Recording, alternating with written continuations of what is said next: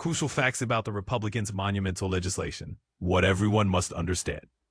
The term One Big Beautiful Bill Act, reflecting a significant Republican policy initiative, is now ready for President Donald Trump's signature. Yet many Americans remain unaware of just how far-reaching this legislation is. In a detailed expose, Annie Lowrey highlighted in her latest contribution to The Atlantic that if this massive bill becomes law, it will be one of the most impactful legislative measures in recent history.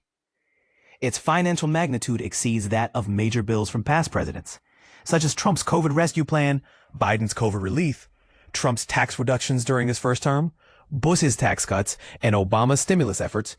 Indeed, its budgetary effect surpasses that of the Affordable Care Act. However, 2 out of 3 Americans report knowing very little about it. This is a crucial oversight. Recent polls consistently reveal considerable public disapproval of the GOP's reconciliation package.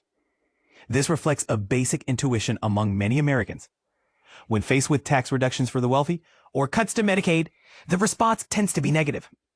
Interestingly, the Megabill finds its only dedicated followers among those who know little about it. But as the most backward-leaning legislative move in a generation stays on the brink of becoming law, the polls present only part of the story. A vast majority of the public dislikes the GOP's stance, but many are still unclear on the specifics. I'm personally fascinated by this legislative journey, and even I find it challenging to keep track of all the intricate details. Recognizing this, a proactive public awareness campaign is about to launch, particularly as Democrats plan to leverage this far-right stance ahead of the 2026 midterm elections. But here's where it gets challenging. Will Americans accept the truth? This issue isn't new.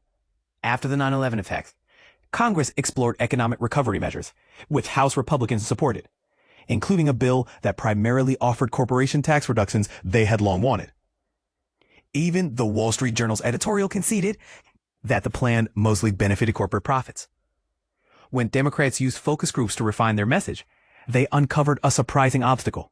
Voters refused to believe that Republicans would exploit a national crisis to champion corporate tax cuts. Paul Krugman noted that the GOP's proposal was so extreme, voters in the focus groups simply wouldn't accept its accuracy. This scenario repeated more than a decade later.